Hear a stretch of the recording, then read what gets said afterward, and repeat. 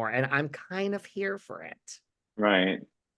I don't watch Vanderpump Rules because to be brutally honest, I'm grossed out by straight people and their dynamics. So, well, then this wouldn't be the show. It's too much for me. I imagine Summer House is not necessarily the show for you either. Definitely not. But I will say this, these people are fine. Everyone's fine. Everyone survived it, except for this the girl who participated in the affair. Like her life seems to be ruined. This is the ultimate sexist unveiling of how chauvinistic our society is, that this man could do the exact same thing, which actually worse because he was the one in the relationship, and he's fine and he's doing great and he has all these career opportunities, and the other woman is basically the one who's been ruined. So I think it's a terrible double standard, and that's all I really have to say about it.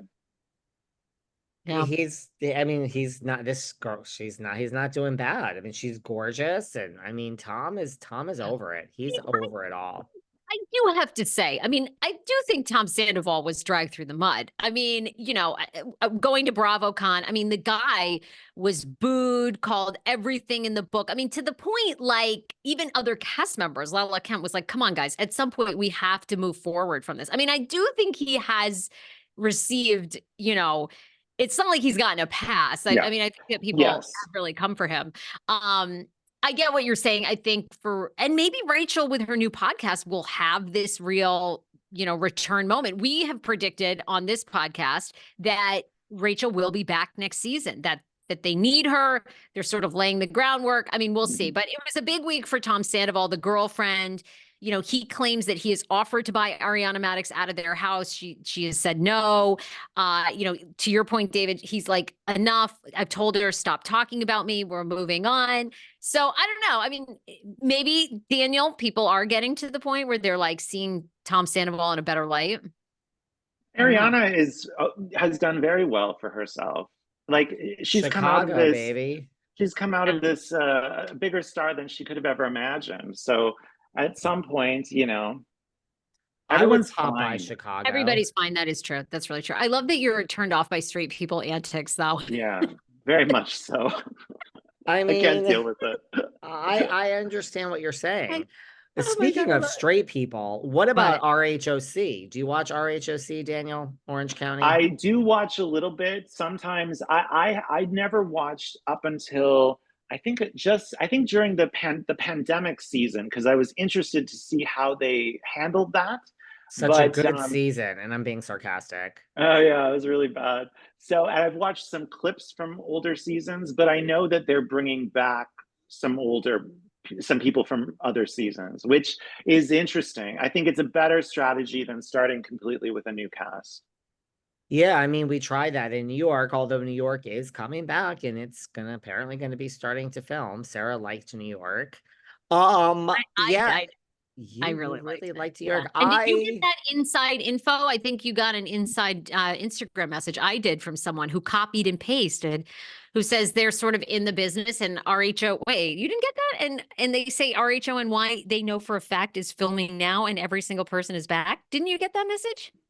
I don't know how you know I got that message, but I did. Are you because they screen grabbed and they said RHONY shoots next month. There is no conspiracy. This is why you really, every DM people, whenever you respond, just assume everyone's reading it because it's copy and pasted. Yeah, I mean, sure, I guess that is true. So RHONY is coming back. You liked it way more than I liked it. I don't know how I felt about RHONY. I really don't, to be honest with you. But RHOC is back and it's filming. Heather Dubrow has done an interview where she said, I mean, all these people know what they're doing. They're all getting you interested in the next season. She's like, reality is stranger than fiction, and you can't make this stuff up. And I'm like, that tells us nothing, Heather. Those are like some generic sentences, but like Alexis is filming with Shannon, and we still don't know if they had alone time, but Alexis, this girl, is dating Shannon's ex, and it was like the love of her life. And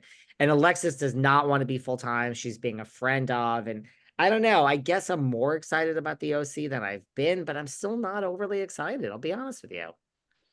It's hard to know when these shows are going to just stop. For me, I think a lot of them have. I mean, I don't know. I mean, here we are. We all You watch. cannot. I mean, people hate listen to us every week. So thank you for everyone who hates listens to us and then says all bad things. But I mean, we're still watching, but it's just, I mean, people do say things like it's lost its lackluster. It's not the hate. I'm like, I agree with you. It's just, it's lost its oomph. I You think don't the have problem, anything. I have hope for this. I have hope for You do. RHOC. Yes. Don't you think, Alexis, you know they're going to get messy. They're going to bring in John Jansen, right? I mean, we're going to see them interacting. I don't know. It's I feel like interesting. I think this could be so good. Tamra, I mean, Ugh, we God. need something new with Tamra, right? Shannon Beador, hopefully we're going to see more of her recovery, the DUI. Like, are we going to It's really see her, repent for all that? I don't know. oh, yeah, I'm I very think, interested in that. this is a lot to right? work with. Yeah. I mean, I'm excited. I'm excited. Mhm. I'm excited, but don't punt the ball. Like, let's keep that going, the real stuff, before we go to Emily and Gina getting their nails done at the local, five and dime. You know what I mean? And you never know, like with Real Housewives of Salt Lake City, I saw the preview and that little ending thing with Heather in the hotel freaking out. I thought, oh, this is going to be some manufactured thing. It's not actually something scandalous. And then it ended up being, oh my God, one of the best episodes of a Housewife franchise ever. So you never know what to expect and what could happen. Um, I think it's a tricky thing to know whether or not to start fresh, to bring in a new cast. I think that if they were to, like, one of the reasons for me, the new New franchise York. of New York didn't work as well was because they didn't know each other. They Uh, didn't. I would really love to see a group of women who actually are connected. I think that's why Salt Lake City worked so well the first season. They all knew each other. They were friends with each other. I think that that's sort of the key. And I think they tried. I think when they were casting New York, like, they really, truly tried. And I just think they just fell short, and they're not going to hire a bunch of, white women. So I think when they were looking, they just couldn't find the right diversity. And I just think this is where we ended up. But I agree with you.